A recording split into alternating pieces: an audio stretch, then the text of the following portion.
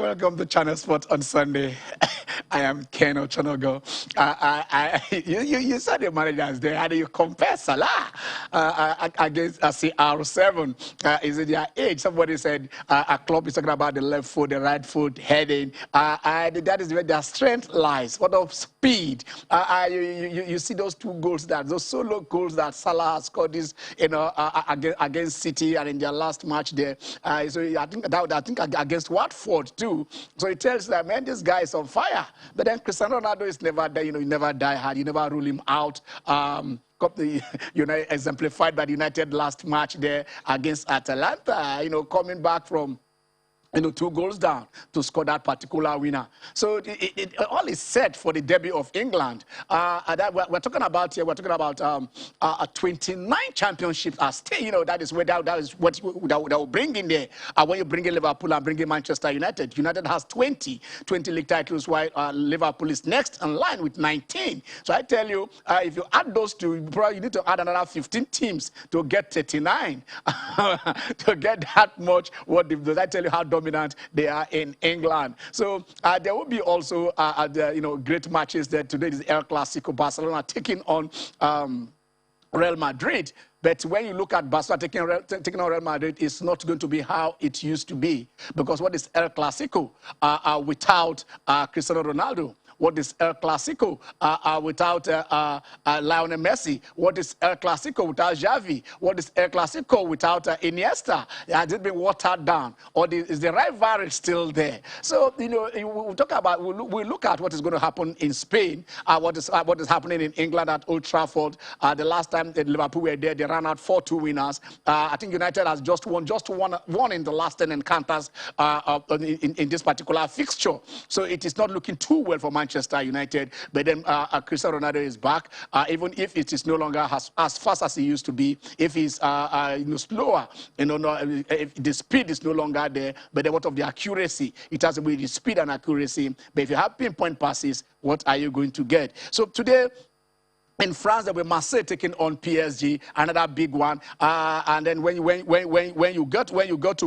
go to Italy, Inter will be taking on Juve, and then the one that will also interest Nigerians will be when Roma hosts. Yes, when Roma will be hosting a table topping at Napoli, and somebody is firing all cylinders, and that guy is called Victor, the victorious one, Osimhen. The man they sold pure water in the street of Lagos traffic, but today he's banging in goals in the Serie A. So we look at all that, but the charity, they say, begins at home, and home for us in Nigeria today is Africa. Our teams in Africa, we sent for Aqua United, got out in the first hurdle. At the second hurdle, they said Cinderella team, Bayelsa United, they lost 4-1 because on aggregate, because they lost they won the first leg 1-0 Yenegua and lost 4-0 against CS Sfaxien 4-0 yesterday. It wasn't the first half was what all the damages were done, and by the second half they came back, but then it was too late. Nothing could be salvaged for that encounter. But then today we have some 2 matches taken on because Rivers United, of course, they're walking on a tightrope, but then they are playing a neutral turf, and then Enyimba went away and came back with a victory. So that is where we are going to start. But before we also go to before we go to Port Harcourt to meet our regular when it gives us Evening Africa. We'll be celebrating Hakeem Olajuwon. He's among these 75 greats. Remember when the NBA did their 50th anniversary, he was among the top 50. So there is no way you make top 50 and not make top 75. I mean, he has won the Ballon d'Or of basketball when you are the MVP of the NBA. So you don't take that away from him. He's won the Olympic gold with them in Atlanta. When we won our own gold also in football, he won it with the USA in basketball. So we shall look at Hakeem Olajuwon and his effect on basketball. Our Falcons also, they played against Ghana today, the return leg. Let us see what is going to happen over there. They're taking a 2-0 victory over there and see. But there is also cheering news in our match against Liberia for the Nations Cup, because we've been told that, of course, their stadium was not approved, so it will be on a neutral turf, just like what Rivers United will be facing today. The Formula One U.S. Grand Prix, the same old story for Sergio Perez. Certain records people don't want. Some people seek record. But there is a man who, after he went 190 races, I tell you this, 190 before he won his first race, now he has gone 211 starts. 211. He has never been on pole. He was provisionally on pole. I was watching that race yesterday at about 8 p.m. And then I tell you, before Hamilton topped and went over there, and finally it was Verstappen who is going to be on pole.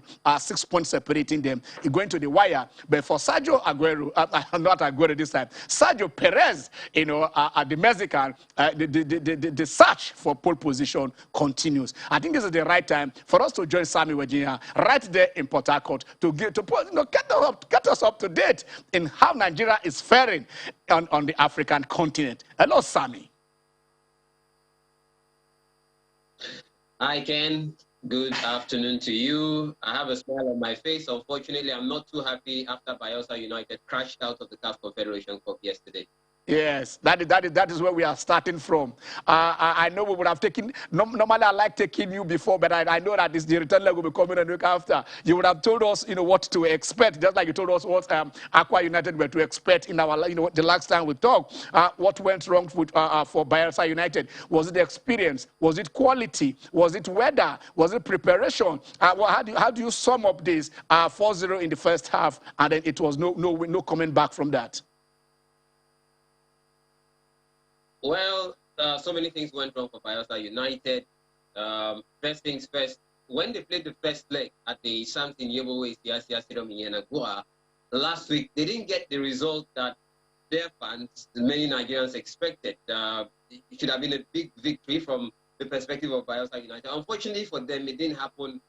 They won the match, but they won by a slim margin, by a goal to nil. So what that meant was that Bayelsa United were pretty much sitting duck in the return fixture, which took place yesterday evening in Spark. There weren't really fans in the stadium, but CS Spark-Zen, a more accomplished team, a team littered with experienced players, and they got a 4-0 victory. And just quickly on Bayelsa United, look, I like their coach. I respect him so much, but I picked holes with what he said after the first leg victory over CS Spark-Zen of Tunisia.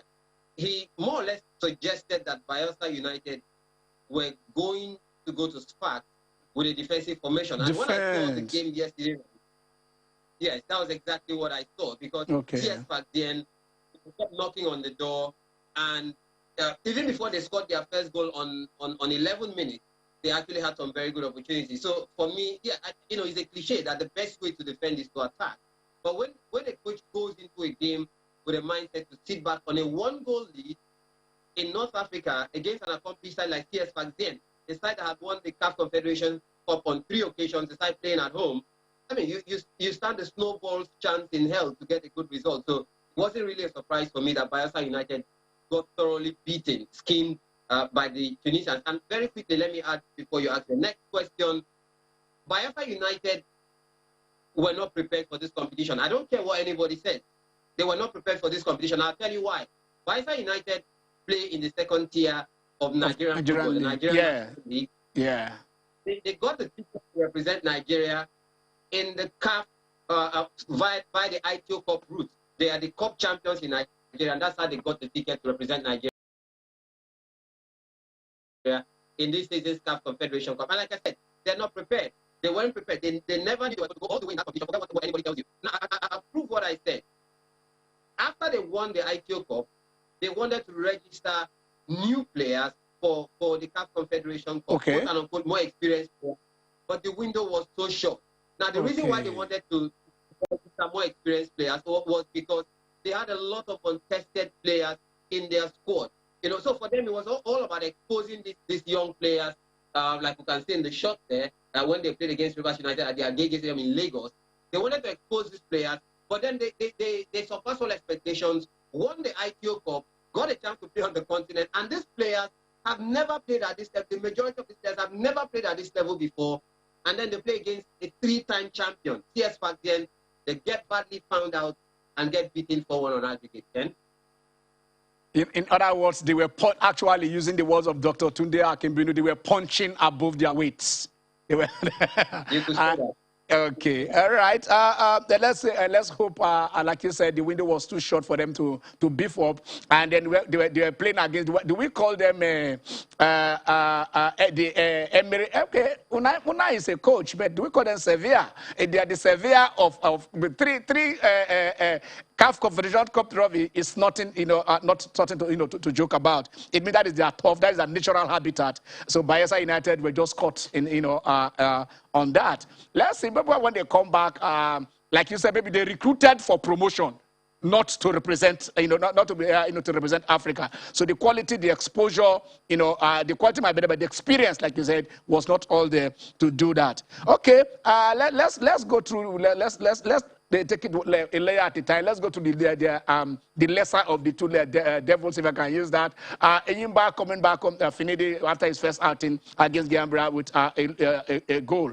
Do you see him? Is this supposed to be there? Okay, fine. How do we say it? Normally, say the second leg is just a mere routine or show up. Are they just going to show up and get the win?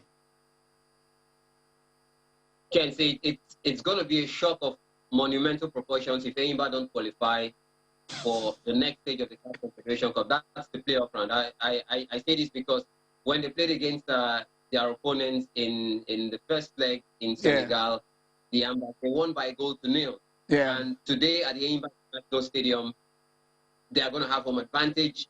They're playing in familiar surroundings. It might be their first competitive game at home this season because remember, because of their pedigree in African football, they didn't play in the first round. They were drawn by, but look, they're playing against the Diamba side who are fitter than them. Even the Eyimba coach, Benny George, confirmed this. And the reason why the Diambas are fitter than Eyimba is because the league in Senegal is already ongoing, not the same in Nigeria. And Finidi said they had to suffer. The Eyimba had to suffer in the early stages of that game in Senegal. But I mean, the superior experience of the Eyimba tool, they soaked up the pressure, waited for the opportunity, and then with 4 minutes to go, a man who used to play for Aqua United, Cyril Olisema, converted the only goal of the game from 11 meters, the penalty spot, and Eyimba won. So Eyimba have got a healthy cushion. You might say a one-goal cushion is not quite healthy, but from an African perspective, at this level, it's quite healthy. It's club football. Eyimba have been there before. They know what to do. I think Eyimba will get the job done. I think Eyimba will qualify for the next stage of the CAF Confederation Cup. Okay, I like that. I like it when you give those postulations and they are sounding positive. So when you give me the other one, that is where I now ask you. Okay, Rivers United. 1-1 looks tight, but it's like they are playing on a neutral turf. How neutral is Egypt to Al Hilal? What are the chances of Rivers United? Well, this is difficult for me. I'll tell you why. Rivers United is not just any club to me. It's your club. In 2016, I was given a mandate by the Rivers State government to tell the entire world that Rivers United was coming into existence. I was appointed about 5 years ago as the first ever media officer, director of communications of Rivers United FC. And even after I resigned from that position in August last year, my love, my affinity for the club still runs deep. So that's why I said it's very difficult for me. But having said that, my core duty and my core calling is as that of a journalist, and you are a hardcore journalist. We're taught to be dispassionate, to be objective, and that's what I'm going to do at this point in time. To answer your question directly, on paper, it's neutral. Rivers United will play at a place known as the Suez Stadium in Egypt. It's the home ground of Petrojet, a club that plays in the Egyptian top flight. It seats 25,000 fans. On paper, it's neutral, but in reality, it's not neutral. I'll tell you why. The other, quote unquote, the other club in Sudan, Al Merrikh, actually play their home games on the continent in Egypt, not at the Suez Stadium, but at the Al Ahly Stadium in Cairo. Wow. Now I'm going to draw comparisons between the two clubs because Al Hilal and Al Merrikh are the two biggest clubs in Sudan. They have similar records on the continent and they know themselves so well. They are pretty much at par when you talk about what they do. You might even say Al Hilal are slightly at a high level compared to Al Hilal. Now, the reason why Al Hilal and Al Merrikh are playing not in Omdurman or in Khartoum, but in Egypt is because the Confederation of African Football did not give a seal of approval to that cauldron of hate and noise, that huge stadium in Omdurman where the two clubs usually play their home matches. And that's because CAF says it did not meet all the requirements. That's why the two clubs play away from home virtually. Now, Al Merrikh are also in action in the CAF Champions League. And I can tell you that when they played their last game at home in Cairo, Egypt, it was against a club from Zambia known as Zanaco. And Ken, I know you know the results as well as I do. Of course. Al Merrikh won that match by 3-0. So, I mean, if anyone is saying these guys are not playing in Omdurman, so it's an advantage for any side that comes there, it doesn't actually work that way. So, yes, on paper, Rivers United are playing on a neutral ground, but these are familiar surroundings to the Sudanese. I've been speaking to one of my Sudanese friends, a journalist who has great affinity with Al Hilal, and he made me understand that there are lots of Sudanese in Egypt, and that these Sudanese will make their way to the stadium. They will make things as hostile as possible for Rivers United. So just to answer that question, it's not really a neutral venue. There will be much more Sudanese in that stadium today compared to Nigerians and, of course, Port Harcourt fans. So it's not really a neutral venue for Rivers United tonight. Okay, so okay, let's look at the technical aspect. I haven't watched the first leg was played right there in Port Harcourt. So I mean, you would have seen the players that that they were parading today. So let's look at the technical side of this game. What are our chances? Because Rivers State is ours. Rivers United is ours. Like I mean to say, what are our chances in this match? 6 p.m. Nigerian time today. I believe that's when the match will kick off. What do we stand a chance of going through? Okay, let me start this way. Yeah, I saw the first leg, and some of the players that the Sudanese paraded in the first leg. I'll do this very quickly. Yassil Mohammed, Ali Achrine, Farid Abdallah Mamoun, Abdul Gagla Abdallah, Mohamed Said, and I'll stop by mentioning this name, Mohamed Ouattara. He's from La Côte d'Ivoire. These names I mentioned are not unschooled minds in the complexities of playing in inter-CAF club competition. I'll take your mind back to what happened in 2017. Rivers United were playing against another Sudanese side. I've mentioned them earlier, El Merrikh, in this stage, the second round of the CAF Champions League. All Rivers United needed to do to qualify for the group stages of the Champions League was to get a victory on aggregate over El Merrikh. The first leg was played at the Adokie, not at Adokie Mesimaka Stadium, the Yakubu Gowon Stadium in Port Harcourt. Rivers United were absolutely on fire, winning that game by 3-0. But Ken, you know as well as I do, what happened in the return fixture? Look, I've watched games all over the world, in Europe, in Southern Africa, East Africa. I've gone everywhere in the world. But what I saw that day in 2017 in Omdurman, I have never seen in my life. It was a cauldron of hate and noise in Omdurman. The stadium was bouncing, close to 100,000 fans there. And look, I don't care what anyone says. I was there in that stadium, and I can tell you for a fact that Rivers United lost that game even before the second leg kicked off. Rivers United were beaten in the second leg by 4-0. And can I tell you a secret? I think, as a football man, I think that if Al Merrikh wanted to score 6 goals in that game, they would have done it. Having said that, I go to the first leg of this year's clash between Al Hilal and Rivers United at the Adokie Mesimaka Stadium. Rivers United conceded first. Al Hilal took the lead, and then Rivers United battled back, got an equalizer, was an own goal. 1-1 is finished. Anyone who saw that game would tell you that if Al Hilal had actually stepped on the accelerator, they could have gotten a win in that game. I think Al Hilal are technically a more superior side to Rivers United. It breaks my heart to say this, but like I said, I put on my objective hat. Having said that, Rivers United have got some very good players. Eston Nelson is going to captain the team today in the absence of Festus.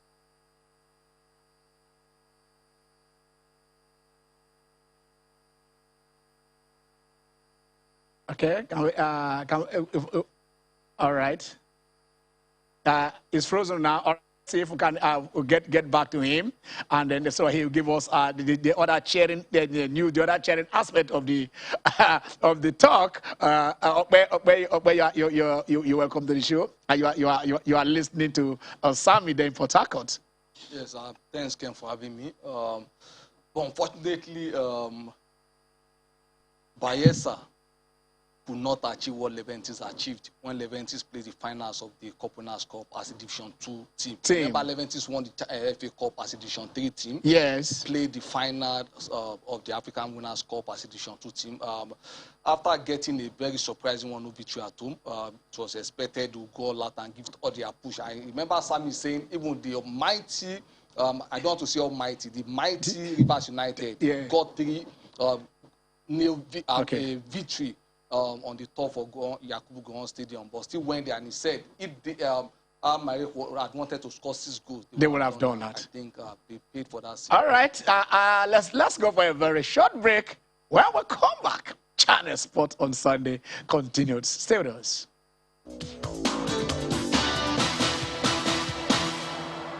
All right, you're welcome back. It is the Channel Sport on Sunday. We are still talking Nigerian teams here on the continent. Sam is right there in Port Harcourt. Before we went on break, he was saying, look, even if Al Hilal look a little bit more stacked compared to Rivers United, that Rivers also have. So we'll try and reconnect, and when Sammy comes back online, we shall get back to him right there in Port Harcourt. Jimmy has just joined us. Jimmy, you're welcome to the show. Yeah, very pleasure to be here. Like Sammy was saying, it's not as if they're supposed to be playing in Egypt, but it doesn't look that neutral. Well, I think we just have to look at the performances of club sides on the continent and remind ourselves that as much as possible, if you don't have the calendar being properly adjusted to suit what's supposed to be normal for everyone playing on the continent, then we may well suffer. We saw the performance of Bayelsa United. Yes, we are happy they won the first game. We are not so delighted as Fasen defeated them the second time around. But it just goes to show the quality of our performance on the continent naturally. I think that Rivers United, I wouldn't expect too much from them, based on the fact that it's not as if they've really shown too much of solidity over the years when it comes to continental performances. Here and there, they do get to pick some games, pick some points, and win some games. But when it comes to solidity of performances, especially when playing on the continent, especially when they are playing away, at times it's usually lacking. So it's hard to see Rivers United go past Al Hilal on this. Okay, you did mention Leventis United, but like Sammy said, probably Leventis United, even when they gained promotion, they were able to beef up their team before they went to the continent. Things were not as difficult as it is now, where, at a point, I think some clubs were borrowing players from team to go and play in the continent, and then it was allowed. But the scrutiny, everything has changed. Bayelsa United, probably if you look at, like I said earlier on, they recruited to gain promotion, which they were, and that team was for the NNL, and not even for the MPFL. So probably that would have the age of the players, the experience of the players, and all those things to me would have affected them playing against a North African more team, experienced as you understand? And don't forget, it was the same. Al Marek that defeated Bender United in 1989 finals of the Cup Winners' Cup. So the Sudanese, they got the finance, they got the established players, they signed from everywhere, all over the continent. So you can't compare a team that signs, that has that liberty to sign everywhere with a team that are very that were limited with their budget. Okay, let's go back to Port Harcourt until Sammy is back. Sammy, you're welcome back. You were telling us that yes, Rivers United also can pull something out of, how do I say? So let's see. Continue. Let us understand what you're saying. What are the strong points of Rivers United?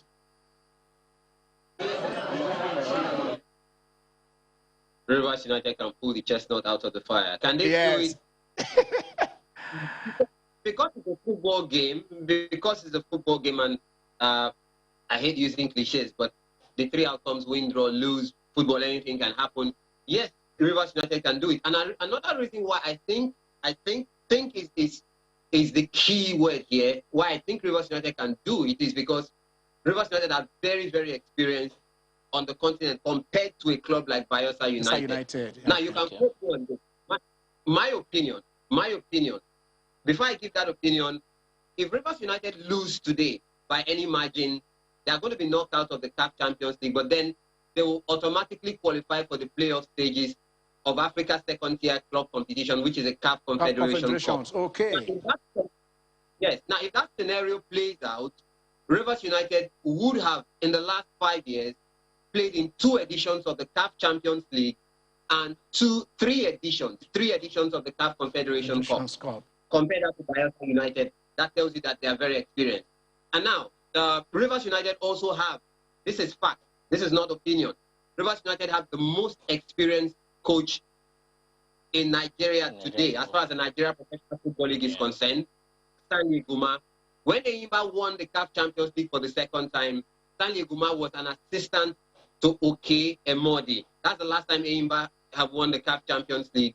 And I talked about what will happen if Rivers United lose today by any margin to Al Hilal. They play in the CAF Confederation Cup for a 3rd time and the CAF Champions League on 2 occasions. And on all of those occasions, Stanley Guma has been the coach of Rivers United. So they have experience as far as that is concerned. I was talking about some of the players that they have. They are very experienced on the continent compared to players of Bayelsa United. Having said that, do I think Rivers United will qualify? As much as it hurts me to say it, no, I don't think Rivers United will qualify. I think Rivers United will be knocked out of the CAF Champions League today. I don't think they are going to avoid defeat. I think the Sudanese will get the result that they require today. Because from what I saw in the first leg, the Sudanese are a technically better side than Rivers United. And playing in familiar surroundings this evening, I think it's going to be too much for Rivers United. They will give a good fight. I think better than the fight put up by Bayelsa United because of the parameters I mentioned earlier. But I think Al Hilal and not Rivers United will qualify for the group stages of the CAF Champions League. Okay, finally and briefly, you mentioned it, and also Jimmy also did touch on it.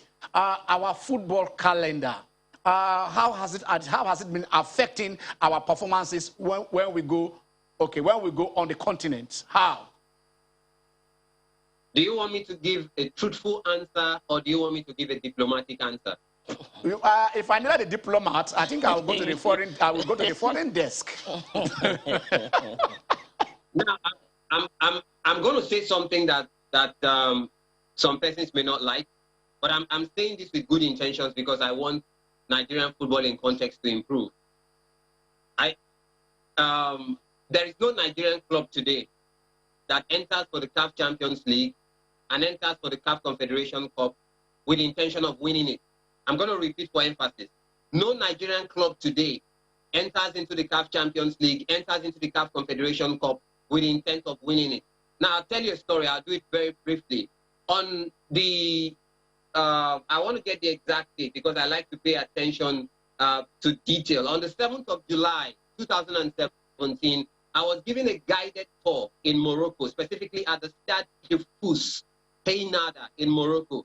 That's because I was part of the Rivers United contingent to Morocco for a CAF Confederation Cup game that day against FUS Rabat of Morocco. Now, very quickly, FUS Rabat of Morocco are not the biggest club in Morocco. They're not the 2nd biggest club, not even the 3rd biggest club in Morocco. But after that guided tour at Teynada, I realized, and I have facts to back what I'm saying, that no club in Nigeria, I repeat, no club in Nigeria has the facilities, has the equipment of FUS Rabat, which is not even the 3rd biggest club in Morocco.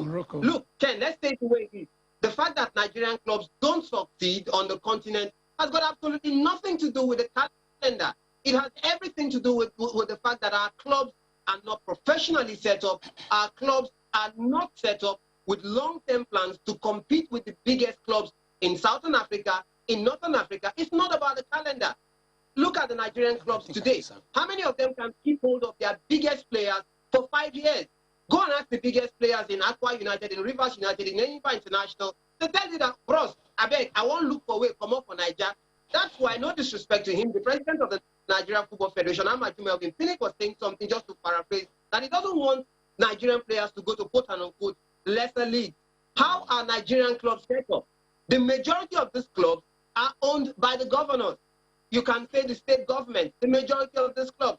they don't really have professionals who understand the basics of running football clubs at the helm of affairs. You can't give what you don't have. So when you have those who are not really the most qualified to run the club, how would these clubs compete with the biggest and the finest on the African continent? Finally, only one Nigerian club, Enyimba International, has won the CAF Champions League. And that was done almost 20 years ago. We all know the story of how Enyimba won the Champions League. Jules Okali was the governor of Abia State at the time. He took a personal interest in the club, invested lots of money in the club. They got the biggest and the best players from Nigeria and Africa to play for Enyimba. But that was not a sustainable model. And that is why Enyimba has not won the Champions League or any continental title between then and now. And just to conclude, it's not about the calendar.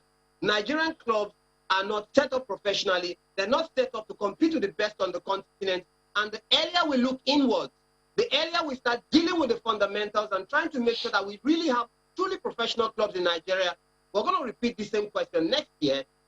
And like a bad workman, we'll continue to quarrel with our tools. Ken? Sammy, I will get, we in this level, we'll get back to you. I think you just set the tune for another discussion. And then we won't be, if by this time next year things go wrong, I think we won't be blaming our tools. We should be blaming the men that are looking right there in the mirror. Thank you, Sammy. It's as always, you hit the nail right at the middle, and it is penetrating. Let us go on. The show continues. Thank you, Sammy. Ken, why I accept the need to have a very professional setup, but I think you cannot discontinue the issue of the calendar. I put it to you, Ken, from 1984 to 1993, a window of 10, 11 years, Nigerian teams were playing the finals of continental competition except for 1 year. How many of your players were outside the country then? No. Your best legs. No. Your best legs were here. We had the calendar. A lot of football has even come into football. A lot of money has come into football. Beyond then. It was that period. Yes. Belgium was the mecca of Nigerian football. Definitely. So our very best were every How many players were in Belgium? No, as at that time. From the league. Right now, from under 17, they are traveling before your 17-year-old has gone out. Anywhere. We have over 5,000 players outside the shores of the world. Calendar. Yes. We will always put up a better performance. Remember, I agree. Christian, we have Sunshine playing up to semi-finals of Confederations Cup and the CAF Cup. Yes. So, but we need to have a professional setup, no doubt, but the calendar has to be in place. But I think it's the same thing that we are saying here. Ask if the Newcastle of today and the Newcastle of tomorrow. Ken, you have started. Your savagery, you have started. Ken, I agree totally with Okoyemi. Yes. What Okoyemi is saying is in line with what Sammy is saying. Yes. Sammy is saying, let our football be professionally run. Okay. So part of being professionally run has to be that you are ensuring you are in tandem with best global practices. The governor, he said, his name is, Sammy said it's not the government too. He said it's the governors that own the club. I like you see, the thing is, if we do not tell ourselves the truth, if in the house you don't tell yourself the truth, somebody else to tell you when you go. The lines, I'm told the lines should be open just now. I want you guys to join the discussion, be part of this robust discussion. Where do we go from here? Like I said, it's going to be an exciting Sunday, Super Sunday, from England to Spain to Italy to France, because the juggernauts will be right there, knocking their heads together. They say when the elephants fight, this time when the players play, it's the grass that eats it. What artificial or natural, I don't even know. But then it is the grass. Old Trafford will be on fire. Camp Nou is not an exception. And then when you look at the San Siro, because the old lady will be visiting, PSG Marseille, you don't take that away. But then like also go back to Italy, because our best guy will be there facing Osimhen. His team, Jose Mourinho team got hammered 6-1, in Norway during the week. Right now they want to face the guy that is playing unstoppable. Let me be kind to Yemi, because Yemi has so many feathers in his cap. Yemi, where do we start from? Do we start? All of a sudden, if you are not talking of Newcastle, you are talking of Mourinho, talking of Roma. Yeah, that is so, yes. Yeah, Rome was not built in a day. So okay, but Roma. Start from Rome. Okay. that was the biggest defeat in his managerial career. Yes. And 1,008 games. He never expected that. He fielded the guys who he claimed had been training, never had the opportunity to play, and suddenly the team just collapsed. The team collapsed in the second half. By the first half, it was still 2-1. That's what I'm saying. So what From I'm saying, the 71st minute. Yeah, he did and before then, yes. what the Norwegians were doing, was train the ball from the defense. There was no midfield for. I took my time to now because of you. I watched that match live. No, I didn't watch it live. I followed it live, but then I now watched the replay. You know, I took my time to watch it. Yeah, deliberately watched it. There was no midfield, no midfield for Roma. One ball from the defense goes to the attack. They were just cutting them anyhow. So it looks like the biggest highlight for the week. But at the end of the day, the essence was because of today. He suffered that defeat to have a glorious Sunday. No, I think that was. That is the essence. It's hard to say from a Nigerian point of view. Napoli has played 8. They've not unbeaten. From a Nigerian point of view, you want to see Osimhen do good. You want to see him continue to thrive. You want to see him to score, to excel today. And I think that as against what Okoyemi is saying, it's not about whether you like Mourinho enough or you like too much the Nigerian factor. Osimhen, you just look at the strength of the Napoli team, what they are doing at the moment. You can't discountenance the fact that Napoli will just discharge Roma again. But we also know that Roma is being coached by Mourinho. Mourinho never likes to lose. It's natural for the biggest. You don't have to like to lose. No, but he has not been losing. Yes, they did not lose at. They did not lose at Tottenham. Manchester United. He's been losing. Ken, those are a few of the. Those are a few of the Man U 6-2. You have to remind me. Yes. You have to remind me. So, Ken, I think the game is delicately poised, but I want to see Osimhen do good, continue to do good, and definitely tonk for Napoli, Okpes Roma. I don't understand where you are. No, okay. That is the Serie A today. Fiorentina in Florence against Cagliari. Verona takes on the other Roman Salisu. Roma in Rome against Napoli. Then San Siro, Inter Juventus. Okay, let's go to Abuja because we have Ben on the line. Hello, Ben. Hello, Ben. How are you? Hello. Good afternoon. Hello. Good afternoon. Yeah.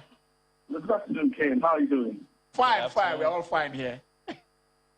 Yeah, and your other guys from the studio. Yeah, they are. Greet them. Talk to them. Thank you. Good afternoon. Yeah, thank you.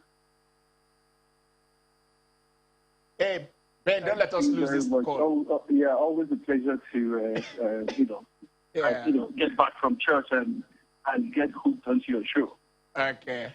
Now, concerning the standards of the game in the country, Ken, the truth is, it's unfortunate, but I think it's a reflection of a lot of things.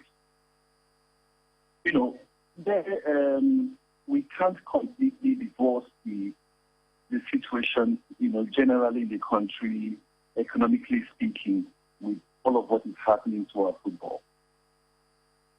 I think the guy that called in from Port Harcourt actually was very honest, in my opinion. I would say that we have to be realistic. Our football clubs will have to be realistic with their plans.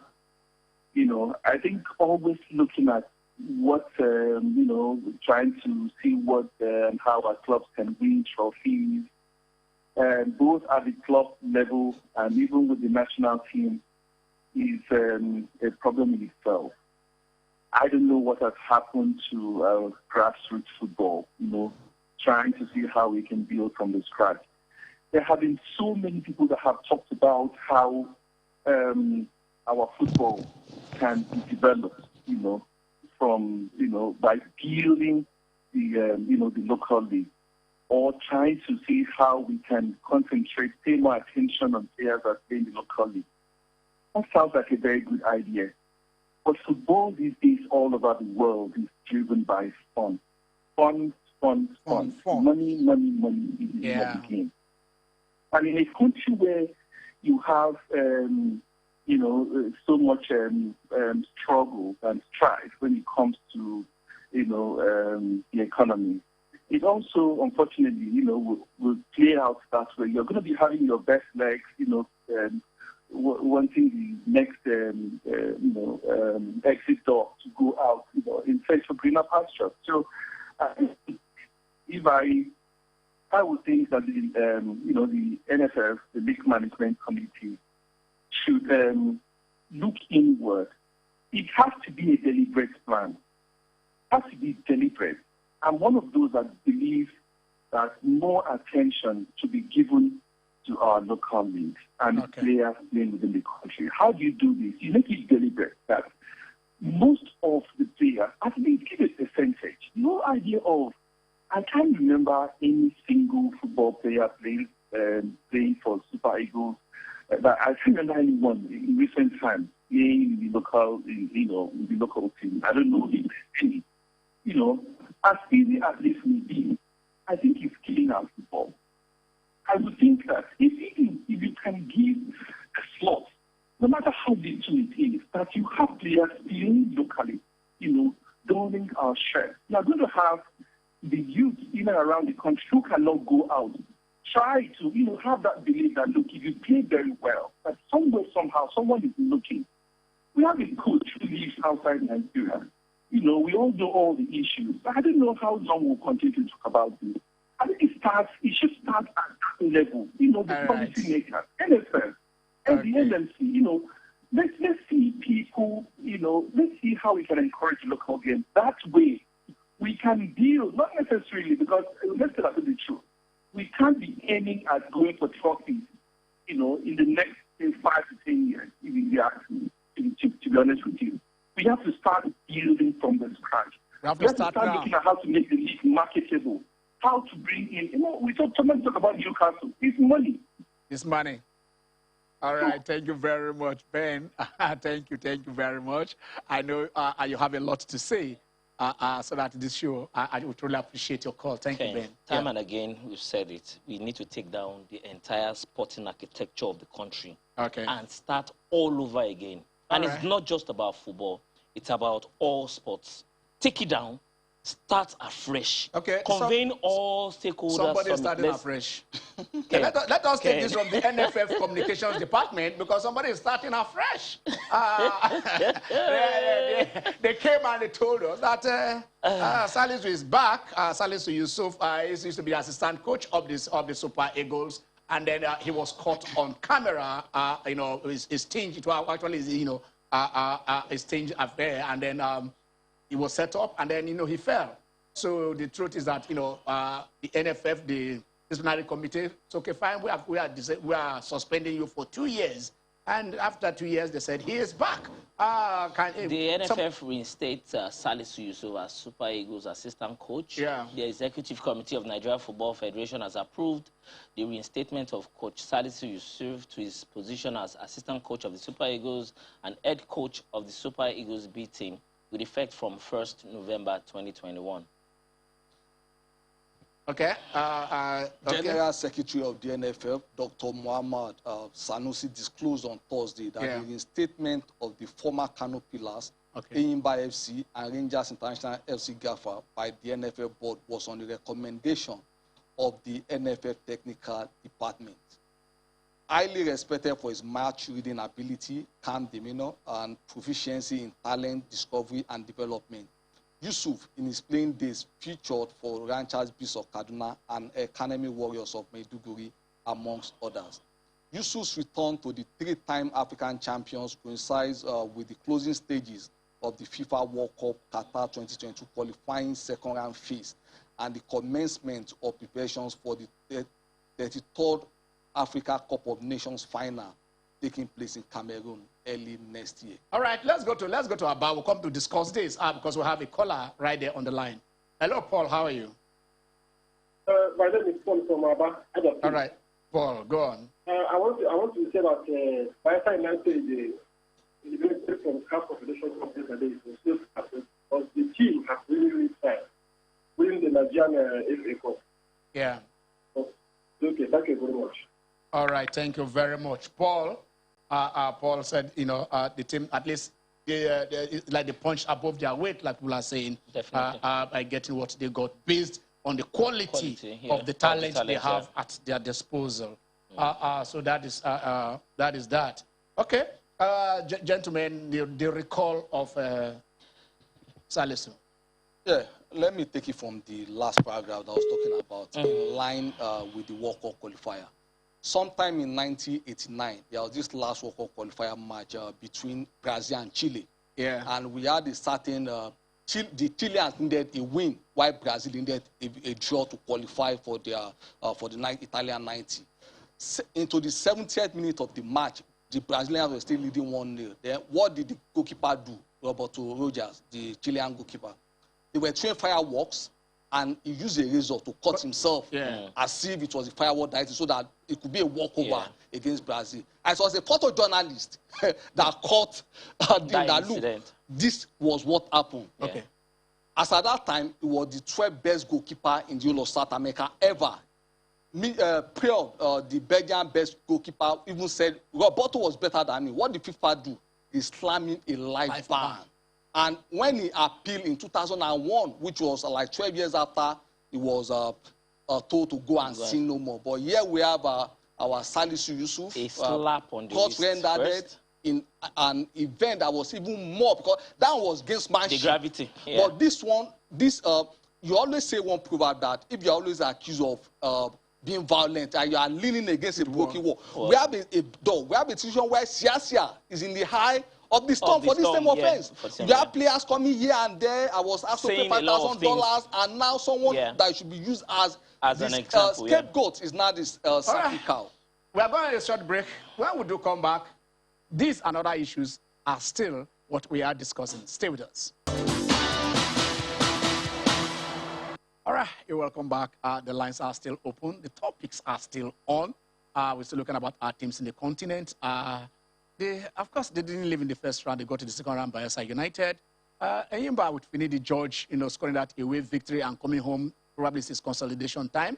But then Rivers United working on that particular tightrope as they go to Egypt to face Al Hilal or Sudan in a neutral. Yes, somebody said, how neutral? Like we said, how neutral is that neutral? But I would say Asami also know that the other Sudanese giant, Al Marik, also played their home matches right there in Egypt. So it's like a second home already for them. And like we said, a whole lot of Sudanese community who are there to cheer them up. But then let's see how you can go into the lion's nest and then still come out, unscathed. So we expect Rivers United to come in and say, okay, fine, we're not dropping. Of course, if there is still that option, we're not dropping into Confederations Cup. We want to stay in the Champions Cup. We want to win this trophy after anybody did back-to-back, because since then, we just saw our front and saw our back, and then we've not seen it again. All right, let's go to Ondo, because we have Shola on the line. Hello, Shola. Shola, how are you? I say happy Sunday to everybody in the studio. Happy Sunday. Thank you very much for the work you are doing. You are doing a yeoman's job. I really appreciate you. Thank you, Shola. It's been doing for me. Yeah. Go on. So we are not just reaping the fruits of our labor. God be the glory. I was a young league in the 90s. How we proved to study league, I think I was World Cup final. Yes. So we saw the sponsors. The charity was there then. Understand? What do you have today? Win at all cost syndrome. And that drove out the investors. In the other side, things like the Gaspa United, Udoji United, Movie Petrogas, we are there today. The clubs surviving today are just clubs owned by state governments. In those days, you see private clubs doing better than state government clubs, no problem. As long as you can assemble good players, you have your results. But now, a team owned by state government must also cost. Now, that's on our league to a campaign machinery to government. So, and that's the result we are getting. And we know what policy is in our country. Okay? Thank you, Shola. What is there? With that one, I won't be married. And when there's no merit, how do you get results? And And that's why you can see, because our league is no more marketable. When the market is not there, how will the investor come in? Just this, another club you're talking about, other club you're talking about, we see how marketable their league is. We see how we set endorsements. Understand? Truly, we don't have professional league in Nigeria. We only have divisions. We don't have professional league in Nigeria. And the features of it, we don't. Until when we get to that level, when we can say, yes, our clubs are truly professionals. How many of our clubs own stadium? How much they generate? How many of our clubs ensure their players? When you look at our people in Cote d'Ivoire, people in South Africa, our players cannot mesh up. And now we want to win the Champions League. It will remain a third race if we don't change that. If there's no change in the narrative. I pray God will help us. Let's start doing the right thing. Let's do the right thing, and we get the results. We have the resources. We have the players. Even when you go to primary school, you see raw talents. Talent is not our problem. Our problem is the management. Once we get it right with management, we rule Africa for any time we have got one. Thank you very much. Thank you very much. Thank you very much. You just submit up one of our close friends here who also contributed to this program. Movies always say we have players now. That we get players, but then the other side is where the issues are. How do you put them together? How do you synergize? How do you harmonize? How do you build a team out of the individual talents that that we have? That is our challenge. Let's go to basketball. That is where they know how to package. Exactly. How to make money. And making money, because when all their contracts are always in 200 millions and millions. Let's see. They have the 75th anniversary team. Sunday, okay, one day we should do our own team here, even if it is football. For Nigeria? No, we can do for football. For football. We can do for boxing. Why not? All right, that is the likes of Karim Abdul-Jabbar, and then our own Tokumbo. Tokumbo, Giannis, Carmelo Anthony. Kobe Bryant is there, Larry Bird is there. Archibald, Barkley, Barry, Baylor, Michael Jordan, Kobe Bryant, Chamberlain, Coens, Cunningham, Stephen Curry, Anthony Davis, DeBusschere, Dressler, and Tim Duncan, Akeem. Yes, if you look at that second column, down to the last name there, is Akeem the Dream Olajuwon. Who left Nigeria to the U.S. Played for. It was in his team. In the Houston. It was in Houston University, and then it was even when they picked ahead of Michael Jordan. During the draft ahead of Michael Jordan, and then so he is there, and they are honoring them. This is why these names are etched in history. This is because of what you have achieved, what you have you've gotten.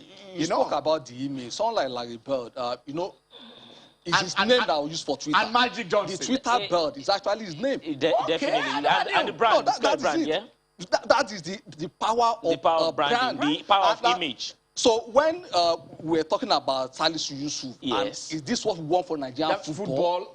That during the World Cup, where the talk always been about the code that was if we qualify, because you said they would not put camera on him. Yeah, because when Infantino came, Infantino said they wanted to do away with the past. Yes, and we are going back to the past. I don't think the NFF will themselves. Okay, let's finish with okay. Let's go to right there. Okay, Lagos, because Ralph is on the. Hello, Ralph. Ralph, how are you? Yeah, how are you, bro? We are okay. Yeah, we're okay, Ralph. Okay. Let's God bless you. Bless you too. When this program has actually been off. Just coming from short, I think I have not been able to even to offer anything. And yes, it's an interesting program. Thank you. Yes, I want to make a very short comment on the issue of Salisu that was reinstated. Yes. Hello? Yes, go on. You are loud and clear. We are hearing you loudly here. You are clear, very clear. Okay. Yeah. Now, you see, let me just give you a clear analogy. You have a minister that misappropriated funds. Yeah, can you hear me now? Yeah, we are hearing you. Okay. You go on. Yeah, you've had a case of a minister or somebody in government who has misappropriated some funds, okay, or has stolen some funds, let me put it that way. Okay. And he was not convicted. After they gave terms, The punishment. they decided now to reinstate him again in the same office. I think it's really annoying. And you now want to address the issue of corruption in Nigeria. And for every Salisu in our Nigerian sport, there are a lot of coaches who are even better than him. Why do they have to consider him again? Now, I was listening to a program in Villa Sports some time ago. Ralph, Raji also. Ralph, yes? They said yes. The coach asked for him. General Troll said, this is the man I want to work with. That, he has the upstairs. Yes. So that is why the technical committee has to recommend. It's okay, fine, this is the man Roy is asking for. So if we want to achieve result, we want to go to the World Cup and even win the World Cup. Is the person that is not okay? It was the head coach himself that said he needed him. Yes, that's what he said.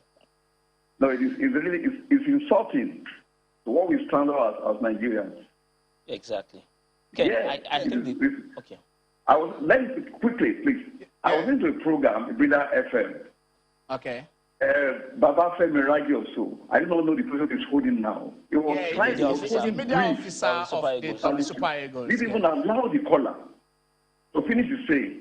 He was now holding brief, defending Salisu. I think it's really grudging that of all the coaches we have in Nigeria, special coaches, you see, consider somebody that was convicted. It doesn't matter whether he was taken to jail or not. Conviction is conviction.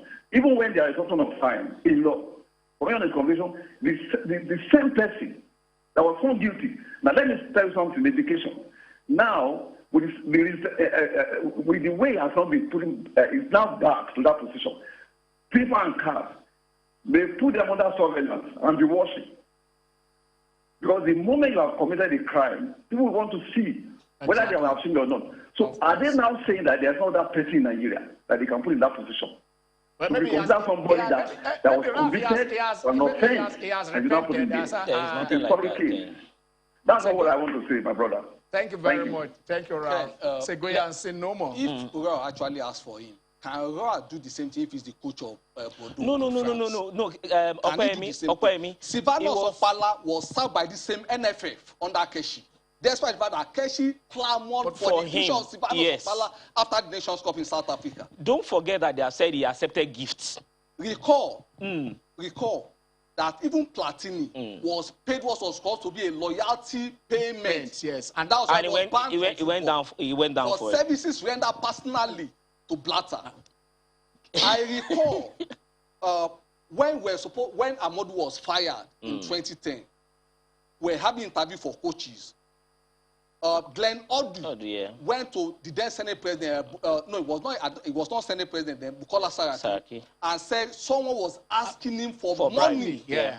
And then Bukola Saraki came out and said, "We've had nothing from that account now, only for Lagaba to be employed because he displayed a PowerPoint."